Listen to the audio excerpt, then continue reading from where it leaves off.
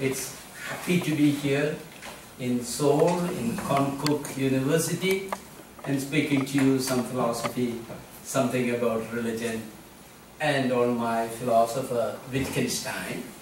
Normally I introduce myself three categories. One, I'm an Indian, all its strengths and weaknesses as an Indian.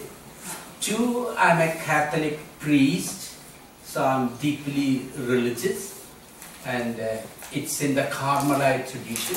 If you are familiar with within the Catholics there are men living together, like the Buddhist monks. So I'm also a monk, but that is in Carmelite tradition, one of the traditions within the Catholic Church. So that would be my second identity. Third identity would be I'm a student of Wittgenstein. Within philosophy, I had the fortune of studying at Oxford and Warwick. So 6 years I spent in UK. That's when I spent time on Wittgenstein. So I consider myself as a student of Wittgenstein. Most of my philosophical work was done on Wittgenstein, in the fields of language, in the fields of culture, religion. Back home I teach 3 or 4 courses, one on philosophical anthropology, answering the question, what makes us human? And then history of philosophy, medieval philosophy, that is from the first Christian centuries up to the 15th century Descartes. Then we have modern philosophy. I also teach contemporary Western philosophy, which is the 20th century philosophy. When I go abroad, I teach comparative philosophy, comparing Hinduism and philosophy. So I take one author from Hindu tradition, Advaita Vedanta of Shankara, and then Thomas Aquinas from the Catholic tradition. So east to west perspective. Because when I go abroad, I don't need to teach them about Wittgenstein, because there are very good scholars there. And it's a very popular one, especially in the English-speaking world, and also in the German-speaking world. Not so much in Italy and France, but in Germany and in England and in America, that's very popular. And then I also speak different connections. For example, environment, I'm interested, feminine gender studies, I'm interested, and present it from these 3 points of view: Indian, Christian, and Wittgenstein. So this was first given in a paper celebrating Raimondo Panikkar, who was also here. His father is an Indian, mother is Spanish. He is or was a Catholic priest, stayed in India for many years, but he was on the margins, not the mainstream of the Catholic Church. Then he was in California, in the States, for many years. So we had a commemorative seminar in Pune, in India. So his word was cosmotheantric. So I presented one on theanthropo-cosmic from Wittgenstein. The word was I wanted to make a change. Whether it's anthropo-theocosmic or cosmo-theantric, we are speaking about these 3 realities: God, human beings, and cosmos, or the nature. So if I say theos is theology about God and other things in relation to God, this is religion. Religion is not just a study about God. It is about other things, human beings and world, from a God's point of view, from a divine point of view. Anthropology, particularly philosophy, is studying everything from a human point of view. It studies God, it studies nature, but a human point of view. What is its significance? What is its relation? So I would consider philosophy everything about God the meaning of life, and other realities, God and physics, from a point of view of human beings. Third one would be physics, cosmology, which studies about the nature and other things in relation to the nature. So cosmology looks at God from the point of view of nature. Cosmology looks at human beings from the point of view of nature, and particularly physics. And these days, as it was in the early days, we see the interconnectedness, interrelatedness. We cannot study only one. Now I have a cup of tea. I asked for Korean, but I do not know where it was made, where it was packed, and this glass. So loads of, we are always interrelated. The food that we eat, the dress that we wear, the watch that we have, the paper that we have, this. So all of us are interrelated, knowingly or unknowingly, with the matter, with the organisms, microorganisms. In my classes I say mosquitoes. You may not have many mosquitoes. You have, right? We have a lot of mosquitoes. So generally people consider them as a nuisance and bringing contagious diseases. But in fact, they are good for us. They give free vaccinations. Without mosquitoes, we need many more vaccinations. I'm sure you heard from Einstein, if there were no honeybees, human beings will not survive more than 3 years, because they help for the pollination. And during the Chinese Revolution, they killed a particular type of bird.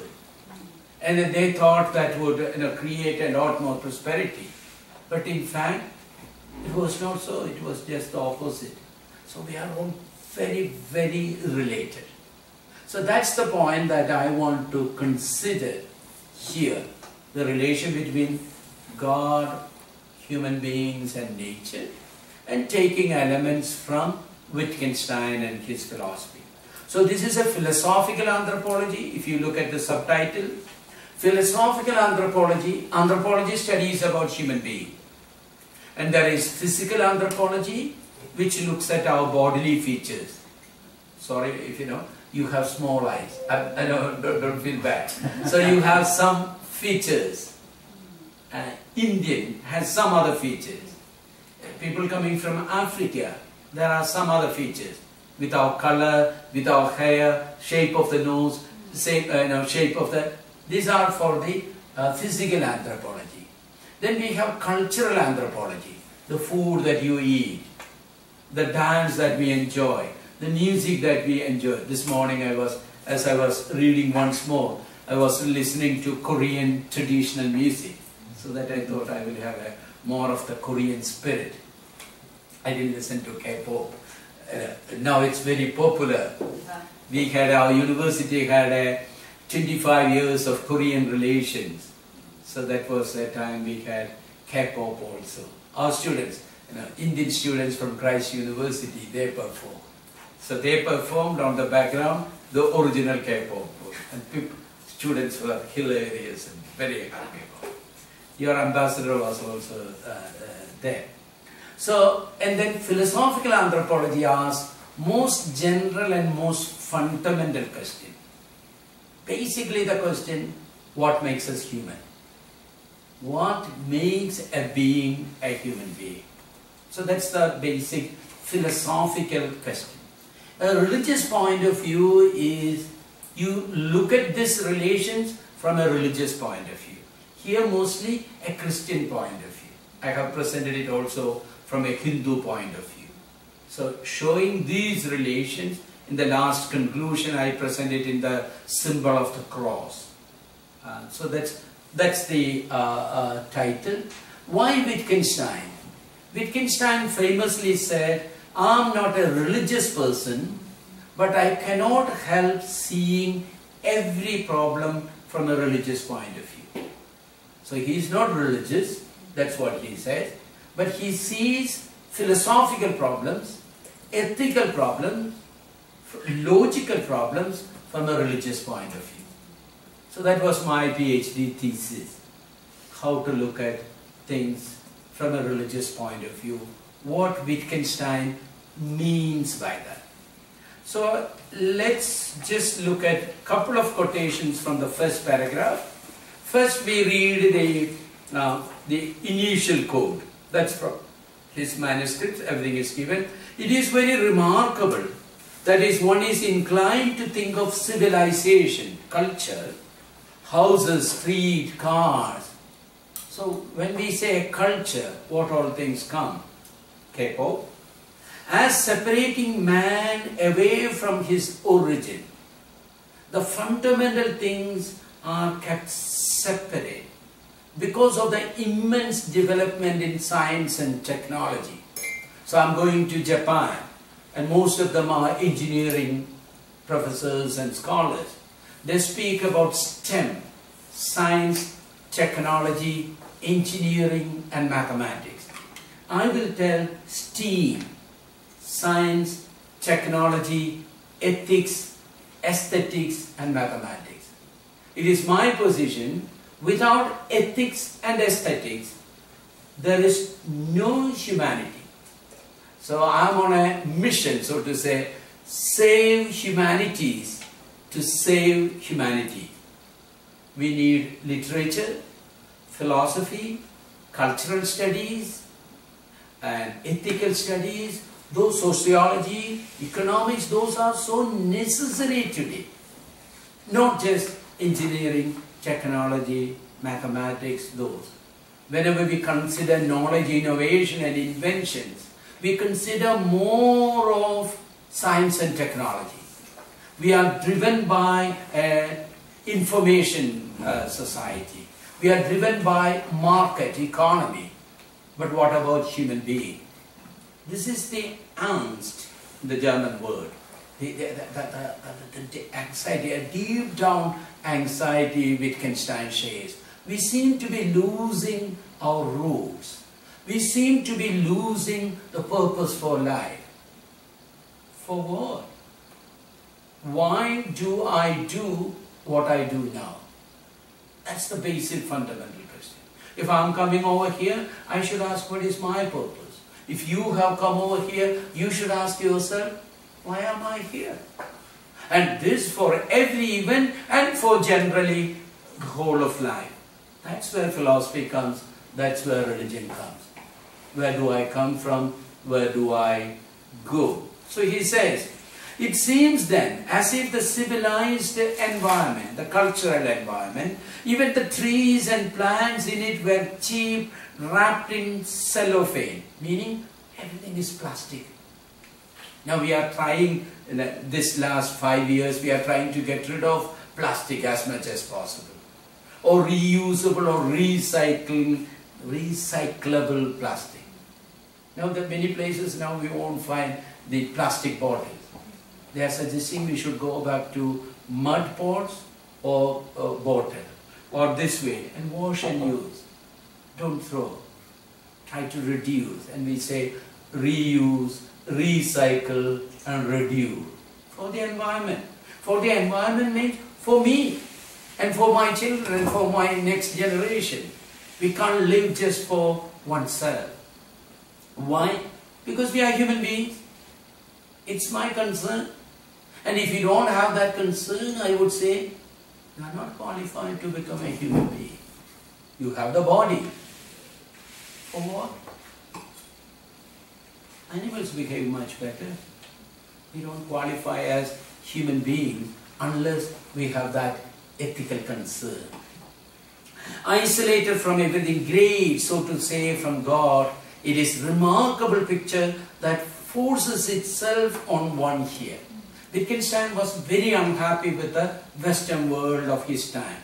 This is the time of First World War and Second World War. So that is all the more reason to be annoyed and disappointed with the culture. When the Europe thought and America thought they are at the zenith of civilization, rationality, they find that they are killing each other. They killed more people than anyone else in the 20th century. And earlier we could blame it, even now many historians and people, academicians blame it on religion. It is because of the religion. But not so. For World War, it was not based on religion. Both the world wars. Russian, Stalin killed many. It was not based on religion. Mao Zedong in China, at the Cultural Revolution, many people died. It was not based on religion. So when we consider ourselves as evolved and more rational, the superstitions of faith and religion have been removed, we see ourselves as more destructive, destroying each other. And that's the time, I think, today we need all the more so a religious point of view. Whether you believe in one God or follow one tradition, that's for me secondary. But to have that religious spirit, a commitment to humanity and to nature, I consider necessary for us to be human. So, Yes. I have a question. Yes, so we stop at it. What time do you decide to go to the seminary? At a very young age, About when I was 14, 1-4. beyond? I'm born in a Catholic family. We are 7 children. My parents are farmers. Went to school only up to 4th standard. And we are very traditionally religious family. Priests were always looked up the best that I could. I was very good in studies, loved most by the family. And so I wanted to become a priest because they were all my heroes. And my family thought, oh, that's a very good thing. And I never regretted.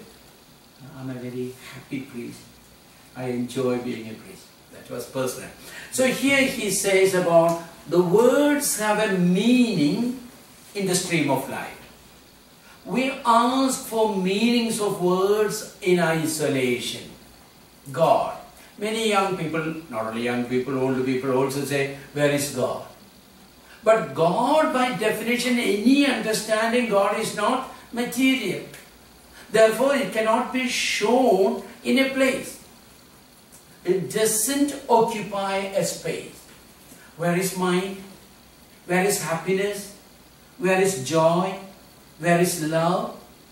These are immaterial realities. Because you cannot point out, this is a cup, this is a paper cup, this is a mobile, this is a paper. Considering there are realities only that is physical, I don't think that God is not a physical reality. Therefore, it can't be seen anywhere. But that doesn't mean that it is nothing. Wittgenstein writes, joy, happiness is not a thing, not a something. That doesn't mean that it is nothing. So some neuroscientists would say it is only a brain function. I consider that's very poor explanation. My love for my mother, your love for your life partner, your children, your most beloved people, is that only a matter of how your brain functions? Then you don't have any value for it. So what is most precious and what is most valuable in our lives is not physics. We need physics. We need money. They are necessary. But they are not sufficient. Our ability to trust other people, to believe in the other. I came from India to Korea. I don't speak Korean. When I arrive at the airport, I hope and pray, first of all, I hope and pray that the flight would be a safe flight and I reach here. And I expect Mujin Kim would be there to wait me. And if he was not there, I'm lost. I don't have any other contacts. I don't have one. I don't have... So we trust. If you don't trust, we are unable to do anything. Our daily life. So beliefs, as much as human beings are truth seekers, we are believers. We cannot live only by personally verified truth. We live by personal experience and from what experts or what trustworthy people told us. So why am I priest? My family was very Catholic. They went to church regularly, looked at the priest as something very good and very important. Being the last one, my parents were happy that I am joining. If I was the first one, they would think, no, because they need the help. My eldest brother need to go for work and support my whole family. So these are all, that environment, the culture, cannot be separated from nature. These are the good things that I say in the introduction. Then you can read on your own.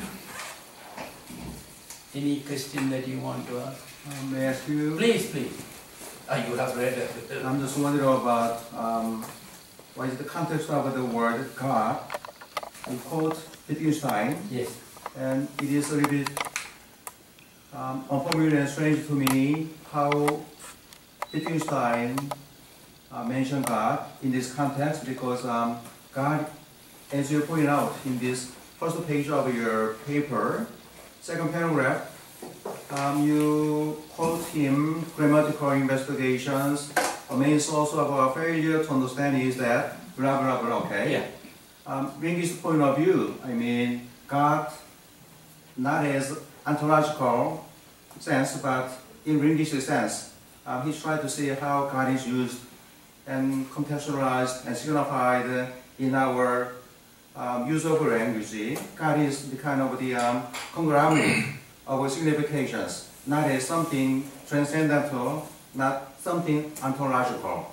And my question is, for me, I understand him, his use of God as a kind of metaphor or kind of a foundation or Kantian metaphysics, questioning eternity or freedom, that kind of questions we're interested in, but there is no way for us to resolve them.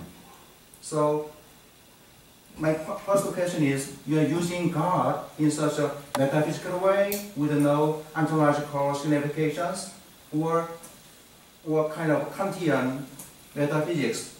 Can you jumble together his your God with Kantian metaphysical questions with a metaphor? Well, Wittgenstein, he is using here as a very much a personal God, a Christian God. How Christianity understands God as a person.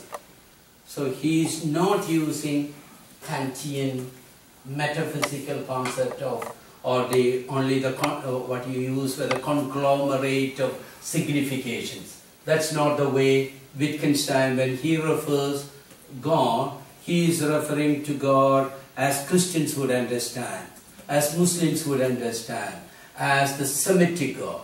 He was not familiar with the Buddhism, Jainism, or the Indian traditions, where you do not have a personal dimension. Personal dimension is there, but that's below the level. So he is using it as personal, ontological, very close to the way how Christian literature would understand God. But you mean before the institutionalization? I you're talking about ethical man, represented by Jesus Christ or some other prophets. No, that would be one way of looking at Jesus. The Muslims and the Christian and the Muslims and the Jews would look at Jesus as a guru, as a master. Hindus and those who are non-Christians would look at Jesus Christ as a master, as a teacher. But the difference between Christians and non-Christians is Jesus Christ is God. When he speaks about God, this is more of the Yahweh, the Allah, the Father of Jesus Christ, rather than Jesus Christ here. A transcendent God, nameless and formless, but at the same time a real God. Not just a human construction, not just a philosophical way of presenting it. And you should see that this is not from his philosophical treatise. It is from his diary. I see. So it's not a scientific paper that he was writing. And he never wrote scientific papers. That's why he published only one book in his lifetime, Tractatus. Now there are at least 1,000, not 1,000, even more books on every class note that lecture he has given is published as. So this is part of the manuscripts, MS, which is given in a CD-ROM, costs £1,000. All his manuscripts are given. So this is one statement. I'm only taking it as a starting point. I see. It is more striking, I mean, if you mention Christ as epitome of God, it will be more acceptable, but he took it as Yahweh in the Old Testament, because Yahweh is God of envy, anger, wrath, and those revenges. No. Physical. No, that's not the Yahweh. So Yahweh is, when I say that's the human beings can present God or anything only from a human point of view. He was not referring to any of those dimensions. He was not referring to a particular God. Here he is referring to God means what is fundamental and most important. So say now you look at isolated from everything great, so to say, from God. He was not giving a treatise on God. He was not speaking about God. So it's only say that our present culture, he was writing this in 1946, immediately that World War time. He feels that present culture has lost its roots. He was not interested in what kind of a God it is. That was not his concern. Then is the right point to understand him as saying that God is something that is divine and spiritual and simple in our life, the backdrop of our humanities. That's all. And that's not particular to any particular form of God. Okay, then I understand it. It would be more divine, most generic way of saying that. My interest in quoting this is to show that human life has a divine dimension, a spiritual dimension, more than the physical, social dimensions. Human beings have one more dimension. That's all my interest in introducing this. The other one would be another lecture, meaning and reference of God. What do you mean by God? What is the reference to God? There would be something in the third section. You have page 3, a religious point of view. There we will touch upon this, what kind of a God. And then he says we use pictures. Pictures means parables and metaphors, which is very common to your cultural studies and religious studies. You see in this perspective, as father, as judge, you see that someone would save you, protector. These are the pictures that you give. He is not commanding or preaching to follow anyone. So this would be, we would see how you could have an understanding about God without going to a particular form, but at the same time without denying any particular form either. He was not a religious philosopher. He was a linguistic philosopher. So he looks at something and gives his comments and remarks. He was not bothered about he was bothered about how people would understand, but he never published anything because he was never happy with the way he wrote. So everything was published after his death. Even the most famous book, Philosophical Investigation, he gave to the press, 46, but then he took it back before they start printing. And then it was published only 1953, 51 he died, and afterwards Anscombe, Rushries and one more person. They kind of edited and published it. We can go to this religious point of view, or we can follow the first the philosophical anthropology and then the religious point of view, whichever you would prefer. If you prefer that God dimension, then we would skip the number 2 and move to the 3.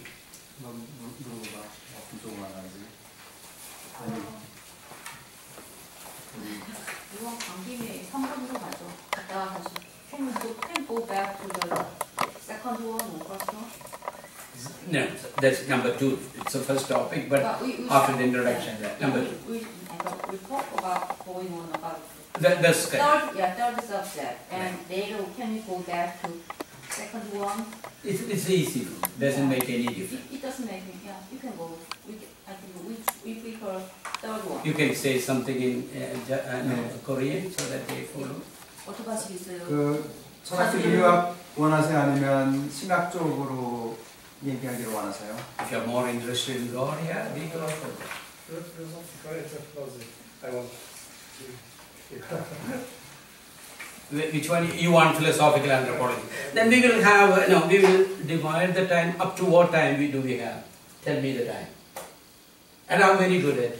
If you want everything given in 5 minutes, 5 minutes. Everything in 5 hours, 5 hours. You like this kind of Yeah. talk? Right. Everyone can go up to 7 or 8. Oh, yeah. You do not mind. I have no mind, but I don't think all of them would be here if I go up to 8. I have no problem in speaking. I enjoy it.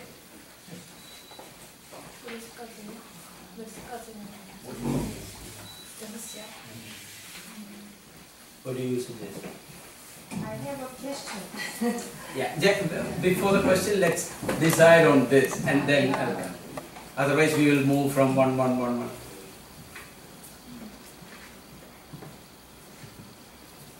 Do you have anything to say to them and decide how we proceed? So I think we should ask them. Yeah, there are 2 views now. Just now.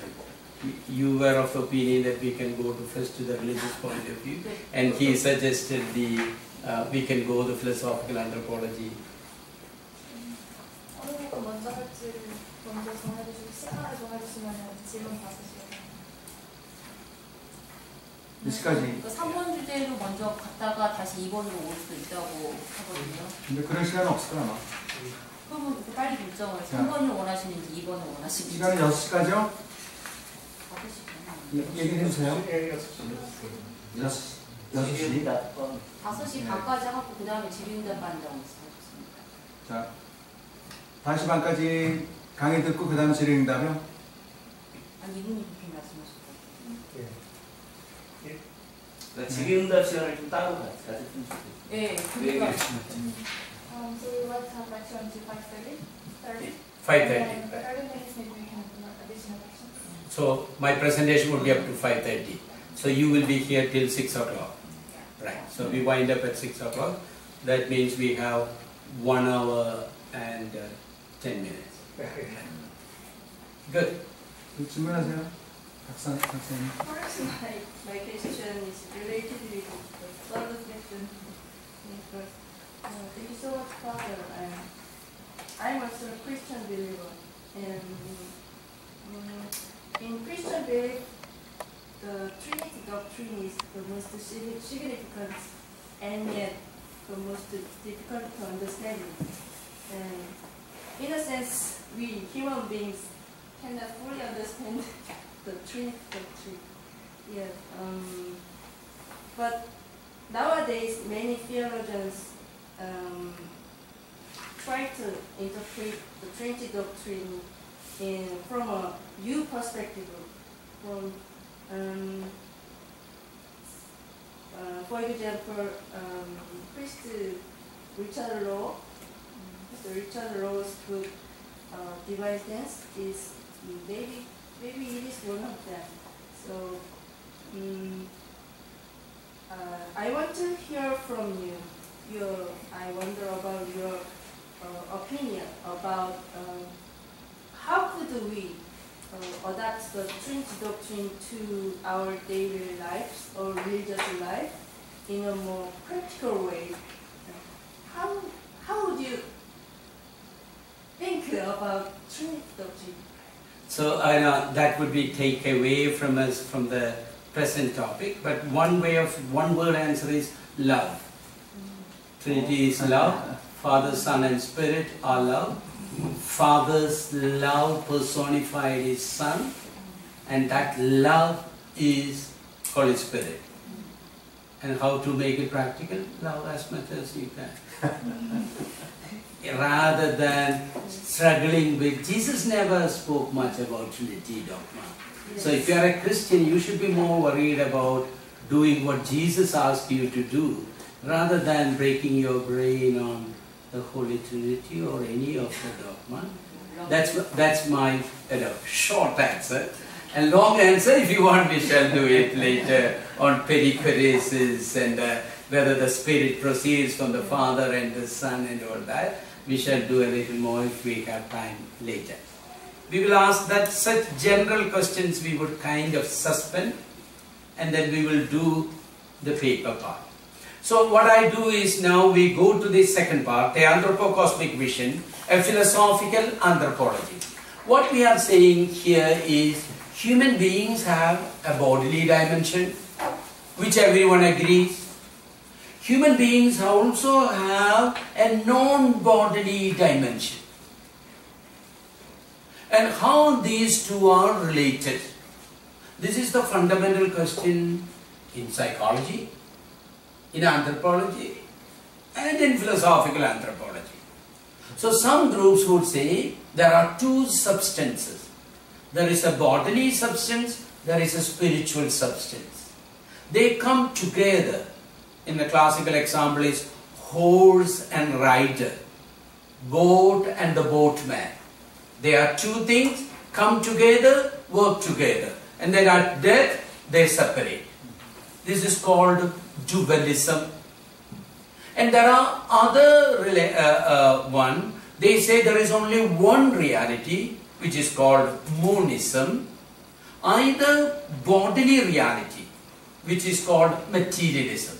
There is only body and bodily functions. So what you call mind, spirit, soul is only a bodily function, particularly your brain function. There is nothing spiritual about it. Another group would say there is only the soul that is existing. The body is merely like a shirt. It's only an outer cover. Body is not important. The soul is important.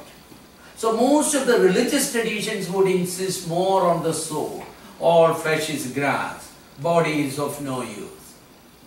And all the materialist scientific view would insist on the matter, the body that matters. Whereas most people would consider body is necessary but not sufficient. There is something more to man, more to human beings than his bodily existence. Most thinking people would kind of accept. Say I studied at Oxford and Warwick. Both my professors in philosophy who loved me and respected me, or whom I love and respect, they are agnostics. But they also are very ethically conscientious persons. So for why I asked Michael, but why are you so concerned about your children? Children are grown up, they were studying at the time, undergraduate and postgraduate studies in the university. So I asked him, if it is merely empiricism, you don't need to be concerned about. You don't need to be faithful to your life partner. He loves his wife very much, keeps a photo all the time. He loves deeply, very good human being.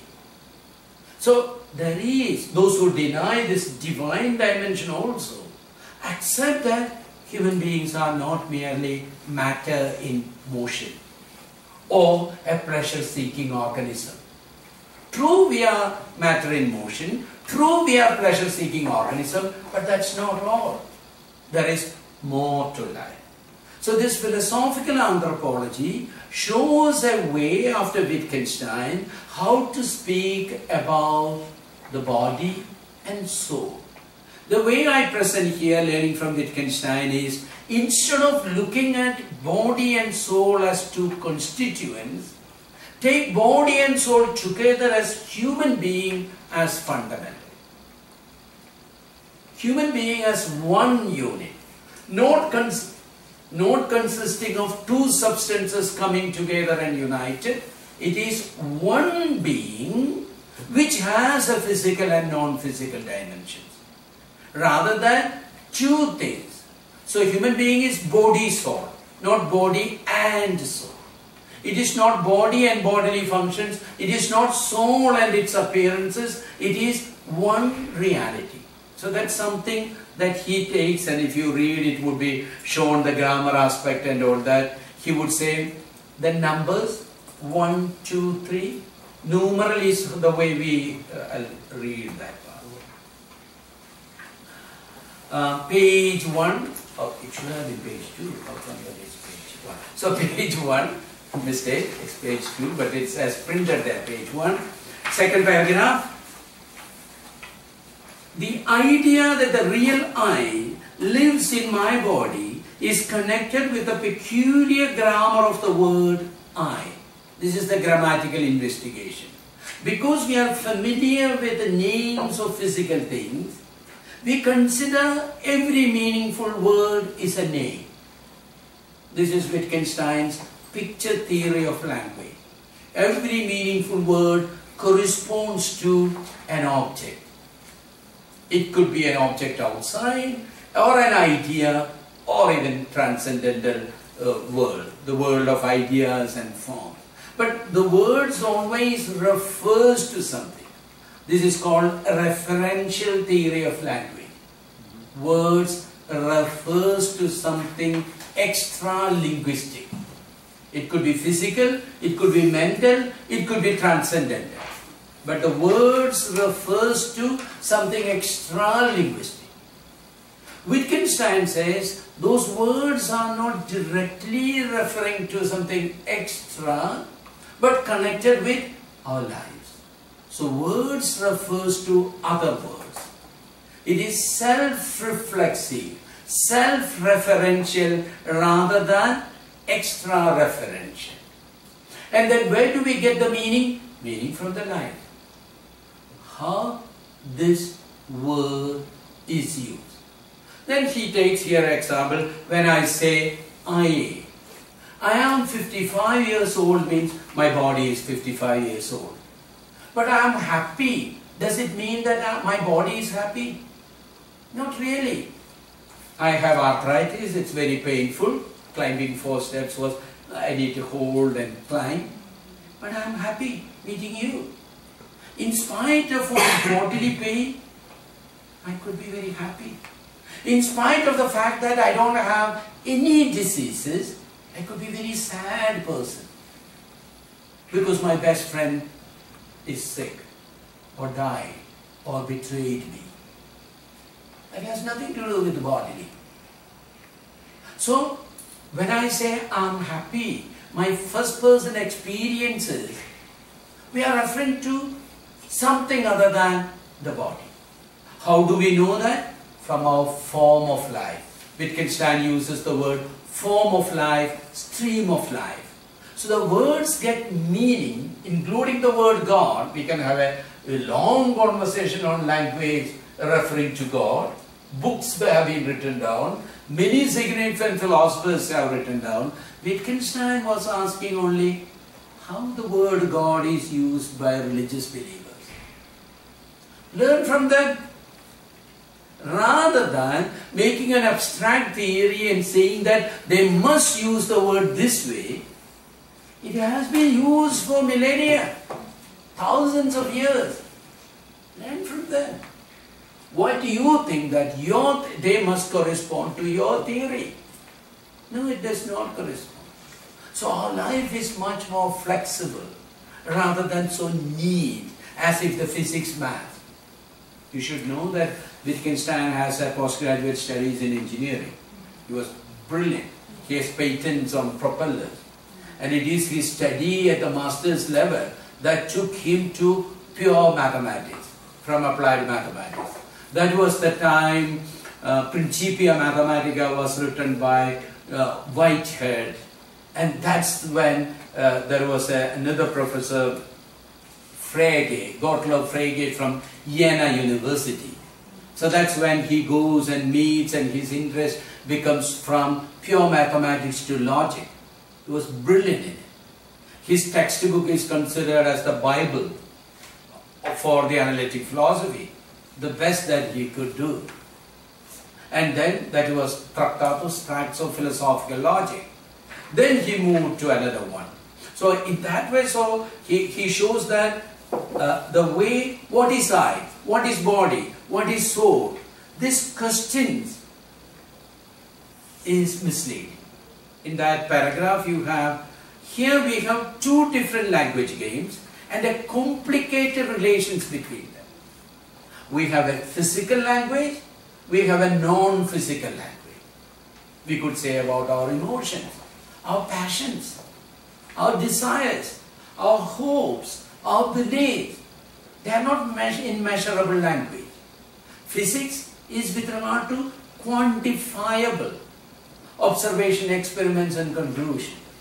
But in human life, there are many things that cannot be quantified, that cannot be measured, that cannot be verified by verified objectively. But however we understand, ma'am was considering which tea would be better. And if I ask her what would be the difference of the taste, then you would struggle.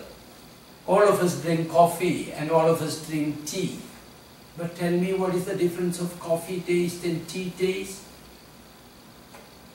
You would struggle. And this is true about any of our experiences, not just God experience. Generally people say, oh God we cannot talk about, as if the other things we can talk about. We experience more than we can speak about. We speak about more than we can speak logically. Our ordinary conversations are not in the physics language, not even in logical language. You consider what all things you talk to people who are more important to your life. Whether your life partners, your brothers, friends, sisters, it's not a systematic language. That doesn't mean that there is no, we understand each other, we explain each other. We tell them that. So there is a dimension that he refers, we are moving from quantity to quality. But at the same time, they are not two separate things. They are interrelated. The third paragraph, last sentence. The inner is tied up with the outer, not only empirically, but also logically. So these two kinds of languages, physical language and the non-physical. Non-physical includes many: emotional, intellectual, moral, spiritual, which are in a language other than physics, which are not quantifiable. We are not measurable. But there are ways of understanding it. When I say you are a good person, when I say you are a handsome man, there are, and what is that? Or I'm a happy person. Does that mean, Wittgenstein says somewhere in the text, does that mean that the muscles here near your lips are happy? All of us smile. But smile, there is a smile for your photo. But there is also a smile, a genuine smile. And genuine smile shows that we are happy people. And depending on the culture that we are coming from, some people smile quite a lot, some people are very tight-lipped. They don't want to smile. But generally people look more handsome and more beautiful when they smile. Generally when they take photo, people say, I do not know, I think Korean also, they would say smile or cheese or what do you say? Kimchi, yes. Kimchi you say, because you want, your face looks more beautiful. Then my question is, why don't you do that all the time? Just say kimchi and then you have a relaxed. But your happiness is not just relaxed muscles around your lips. That's the point that we are arriving at. It is related to your body, but not reduced to your bodily features. So this is the first part that shows that there is a bodily and a non-bodily dimension. Both of them are important. One cannot work without the other. They are like, this is my expression, like two wings of a bird. And don't ask the question whether the right wing is more important or the left wing. Yeah, there are different functions. When the bird turns, maybe both wings function differently. They have different functions, but both of them are important in the way we live. And he uses the word form of life. And page 2, last paragraph, that's for the first section. A living human being is not just a bundle of perception. Bundle of perceptions is by David Hume. Or a collection of points of view. The word conglomerate of significations. Or a host of relations. That is in psychology, especially the social psychology. So what are we? Collection of relations? Collection of visions, thoughts? Or collection of perception? Not just. We have this bundle of perception. Yes, I am a bundle of perception.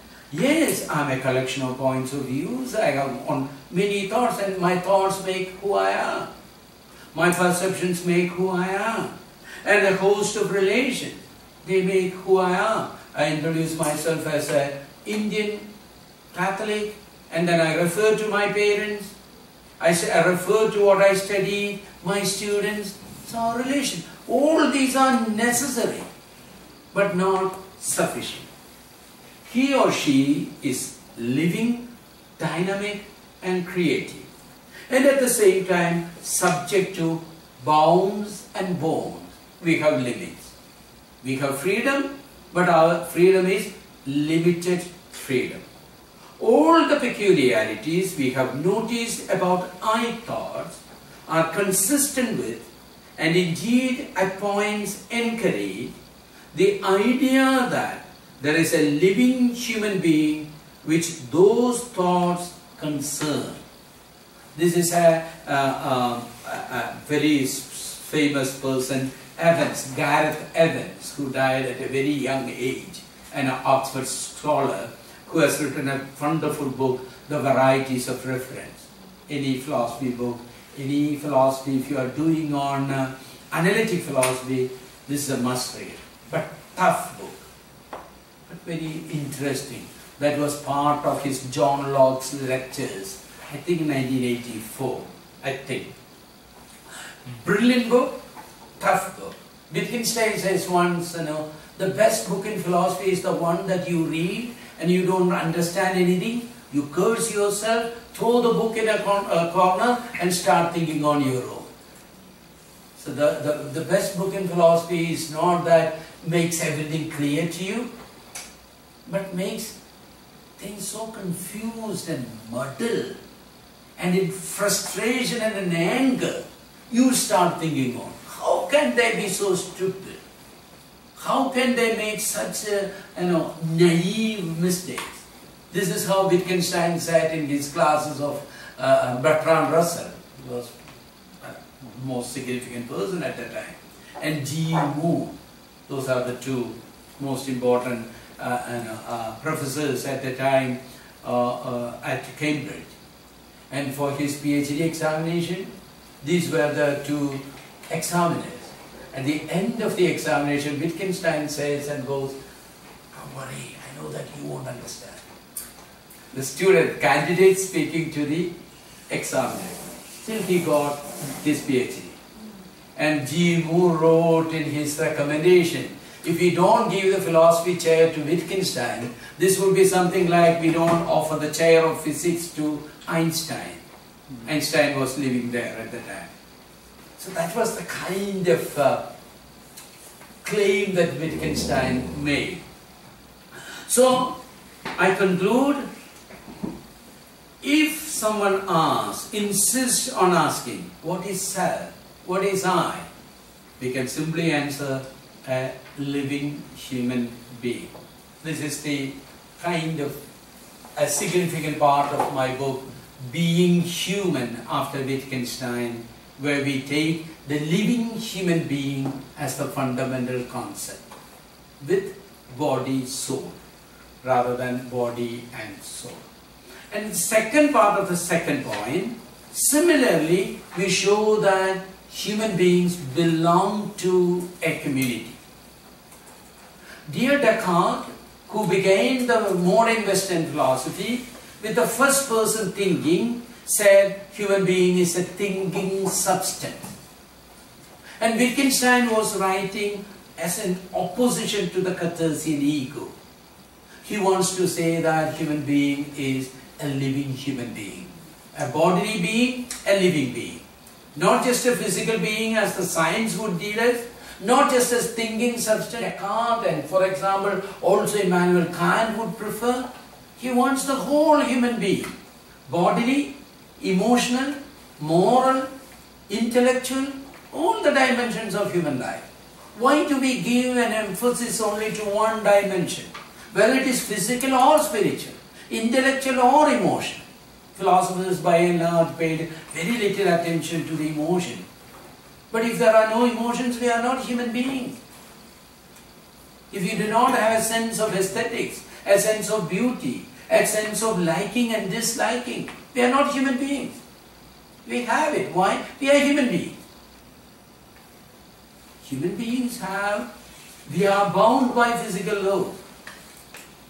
Whether you are, who is Donald Trump, I do not know, I'm sorry, your name of your president, or our Prime Minister, or Pope, whoever be, bound by physical laws, chemical laws, biological laws. But at the same time, their intellectual capacities and intellectual ones are different. Our moral decisions are different. Our emotions are different. Our passions are different. And these are important. Now he connects that, or I borrow from him and connects that we belong to a community. The Latin expression for Descartes is cogito ergo sum. I think, therefore I am. In parallel, I learned it. Also, the Africans say that very much. All the traditional, the folk religions and the traditions would say, we are, therefore I am. Sumu ergo sum. I do not know enough of Korean tradition. I know that the Confucian tradition gave so much emphasis on your elders. And now there is a younger generation who is kind of rebellious about this overemphasis on the patriarchal and the parental control. What we are saying, not about the parental control alone, all our relations. What our life, our form of life, depends on the people around us. We are interconnected. No man is an island, no woman is an island. I cannot be on my own. Not just in my, for the cup of tea. Even for your thinking, your thoughts are not your own. Your words are not your own. Your decisions are not your own. You borrowed it. O-N, on, English. O-N-E, one. Why? It is English. It should have been on-E. O-N-E, on-E. Or a simple word, but, put. Both you use the word you. But one pronunciation is but, the other word is put, u, and u. Why? That's the English grammar. So we learn almost everything from other people. It is only our ignorance that I am sufficient for myself. We are not. At every stage, we depend on other people. We may think that I have money, I bought it. No. Significant things in your life cannot be bought. I gave the example of Ambani, who is one of the richest person in India. He has 53 bedrooms for his home. But you can sleep only in one bed. You can't change 53 beds every 5 minutes. And even if you have 53 beds, doesn't mean that you will get a good sleep. So the most significant things in your life, which makes you really happy, are not the physical. So this shows how we are interrelated. So I am learning something from Wittgenstein and applying that. The key term is form of life or stream of life. We are interconnected interconnected. So the last paragraph there. How could human behavior be described? Wittgenstein asked. Third paragraph in 2.2. Surely only by sketching the actions of a variety of humans, not just one person doing once in his life. There is a very famous text of Wittgenstein on private language. Can we have a language for oneself? No one else can read or understand. It's not just a code language. Code language other person also can understand. Just now I asked about the coffee taste and the tea taste. You know it. Can you have a language only for yourself? And Wittgenstein famously says that's not possible because it does not have objectivity and it is not normative. I have 2 or 3 chapters on that. And I asked the question, can we have a private religion? So his celebrative arguments, there will be at least 100 books on private language argument. Any general book on Wittgenstein will have a chapter on private language and rule following. How do you follow a rule? How do you learn it? How would you teach another human being? It is from there I make this conclusion that we are fundamentally connected with other people. Our objectivity comes from our shareable nature. Whatever that I can do, other people can do. And what I do depends on other people. Especially to having significance, to have meaning. It cannot be only one person doing once in his lifetime. Cannot be. Maybe he has done it only once in his lifetime. But that can be done by other people, other times, in other places. So that shows our social nature. Surely only by sketching the actions of a variety of human beings as they are all mixed up together. What determines our judgment, our concepts and reactions is not what one man is doing now, an individual action, but the whole hurly-burly of human action. Hurly-burly means everydayness, not so neat. Now you have done many things while today itself. Not the what you can count and tick. You gave one lecture, you answered one paper, you made a significant. There are certain things which you kind of 1, 2, 3. But what was there in between? Those things are more important, or those things are equally important, without which you won't have a life of its own. Think about your family, married or not married, your relationship. It's not the big things that ticks. There are smaller things. And that's the variety of life, spice of life, adds meaning to life. As an individual, a human being is complete in himself and separate from others. He is just a being in the world. In the process of being human, we expand our horizons to being together with others. Our existence becomes coexistence and pro-existence. The world is made a human world rather than a biological environment through our co-reflection, conversation and collaboration. 3 things: co-reflection, conversation, speaking together, thinking together and working together. That is, living together. As active and free agents living in the world, we realize ourselves not in seclusion, but in a life of conversation and collaboration with fellow human beings. Belonging to a community is a fundamental way of our being human. This has now all the more so expanded to also the rest of the beings on earth. The last part, so we have added to human being the bodily dimension, the non-bodily dimension, a social dimension. Now we are adding to this philosophical anthropology a spiritual dimension. And up to this, most philosophers could easily agree, though there are disagreements on individualism or the community interpretation. But these are generally acceptable, generally the way we live, though we cannot give a theoretical articulation. So I'll just read the first part. G. Moore at the beginning of his lectures had told the students that he had nothing to say on philosophy of religion, which is an important topic in philosophy, though he was required to lecture on the topic. M. O. Drury, one of the students, and also a student and friend of Wittgenstein, thought a professor of philosophy had no right to keep silent concerning such an important subject, and told so to Wittgenstein, because he was also considering to become a priest. So someone, a professor whom he loves and respects, says he doesn't have anything meaningful to say on philosophy of religion. He was angry and sad, and he reported the matter to Wittgenstein. Wittgenstein responded quoting Augustine's Confession.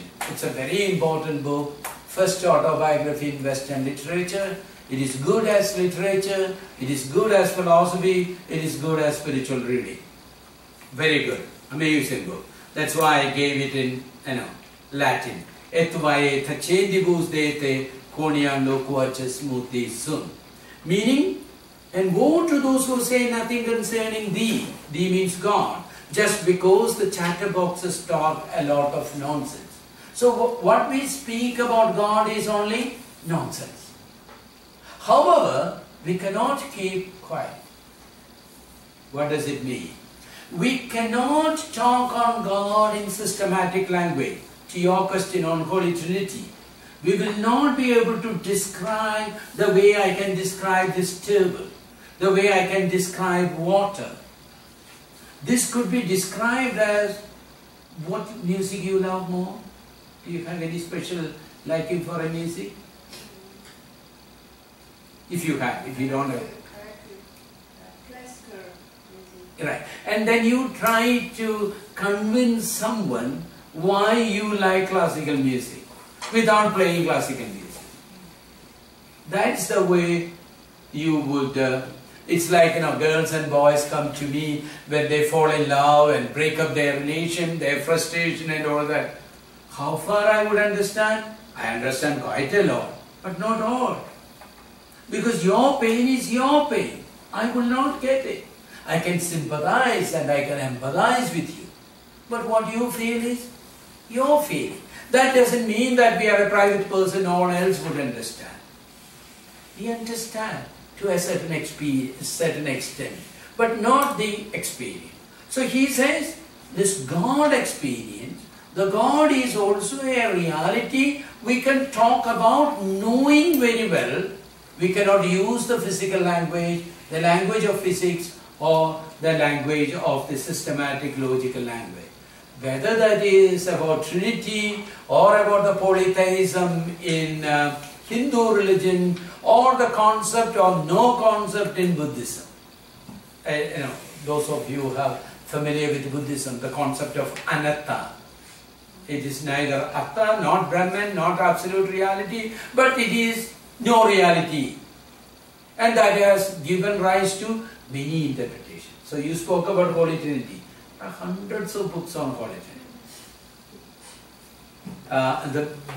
One of the best books is by St. Augustine on the Trinity. And there is a famous story, a popular story.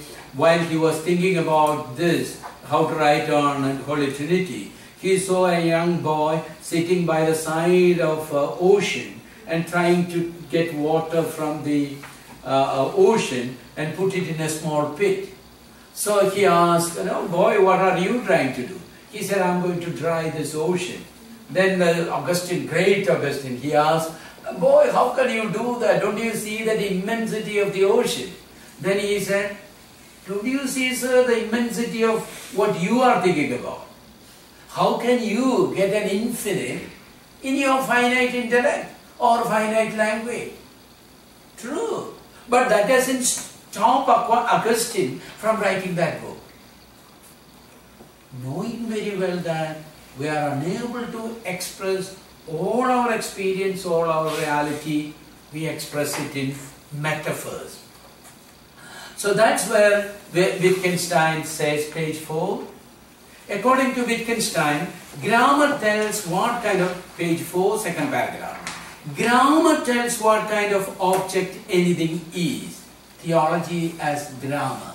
So you explain how the word God and other words related to God is used by believers. And don't tell that they are superstitious. You are saying that superstitious because you are judging it from physics language. You go to play football, then you cannot follow the grammar of basketball or volleyball and say that this is a good game or a bad game. Here I do not know how popular is cricket in Korea. Football is popular, but cricket, as I understand, no. But in India, people are crazy about cricket. That's the only game that I know. And if you look at it, you would wonder why it is so interesting. This is true about any music, K-pop. Now, huge number of fans. But from my philosophical point of view, or a physical scientific point of view, if you look at it, does it make much sense? So, religion also has a lot to do with aesthetics, ethics, our passions, the way we live. Physics is not sufficient. So how words are understood is not told by words alone. These are the two sentences that we need to take it together. Words as grammar, we would understand that words can be understood by words. No, immediately. Words can be understood only by life. I tell in my class, there is a mall there near to our college. You say, I love you. Coming all the people, you say, I love you. What would they do? You stand at the entrance to your university, and each person coming, you just smile and say, I love you. Is it a bad thing? No, it's a very good thing, the most beautiful thing that you can say. How would people react? You're a psychologist or social scientist. Try do an experiment and see that. Someone may just look the other side and walk. I do not know how the Koreans would respond. Someone may call police. Someone may think that this is a psychiatric patient. Someone would say, yeah, I'm a beautiful girl. Let me, I love you too. And I give a kiss. Someone may give a slap. How dare you say to me? I do not know how the Koreans would respond. But there would be many responses. So the words alone will not explain. I love you. Now I said I love you, not to show my special love towards you, but to show a philosophical point of view. What is that philosophical point? Words alone will not explain the meaning of the word. So to your question, what the word God means, you need to look at the life of the believers. When Buddha was asked about God, he refused to speak about. He said, now there are other concerns. So God would be understood how the people deliver. And that is a dynamic concept, a growing concept. Not like the gravitational force, once decided, it is decided for all. No. People speak many words, many vocabulary. And then he gives 3 examples. Next paragraph. The picture, so you have your question also come, and that's good. In the second paragraph, according to Wittgenstein, really what I should like to say is that here too, what is important is not the words that you use or what you think while saying them, Holy Trinity, so much as the difference that they make at different points in your life. What difference would teach one doctrine this way that you understand or that way you understand? How do I know that two people mean the same thing when each says he believes in God, your vocabulary God? And fair question. And just the same thing goes for the Trinity. So what matters is, what difference does it make in your life? And if you are a Christian, Jesus says, not those who call on Lord, Lord will enter into the kingdom of heaven, but those who do the will of my Father. So at death, if you are a Christian, otherwise no. Your question will not be on writing an essay on Holy Trinity. however most fundamental, most important and all that you say. Question would be, how much did you love? That all matters, whether you are a Christian or not. What matters is our love. How far your life made a difference in the life of other people, especially people around you. Then he says we use, in Wittgenstein's terms, we use pictures in our talk. The picture has to be used in an entirely different way. It is not a physical picture. And then he gives 3 examples. One, the Creator God. Second one, that absolute safety. Third one, as a judge. Page 5, last sentence, last paragraph and last. According to Wittgenstein, a religious belief could only be something like passionately committing oneself to a system of coordinates. So this is a viewpoint. He uses the word Übersicht, how you look at your life. So a religious point of view is how you look at your life. Who are you and who is your brother, who is your friend, who is your neighbor. Here, although it is a belief, it is really a way of living. Religion is a way of living or a way of judging life. Passionately taking up this interpretation. This is to be seen as a fundamental way of being human. To believe in a God means to understand the question about the meaning of life. To believe in a God, page next, means to see that the facts of the world are not the end of the matter. To believe in a God means to see that life has a meaning. Then as a presentation, I speak in terms of the cross, a symbol of my life, symbol of my religious point of view. Rooted in nature, the cross has a vertical and a horizontal. The vertical is on earth, so human beings are earthlings. The word Adam comes from Adama. Adama means soil.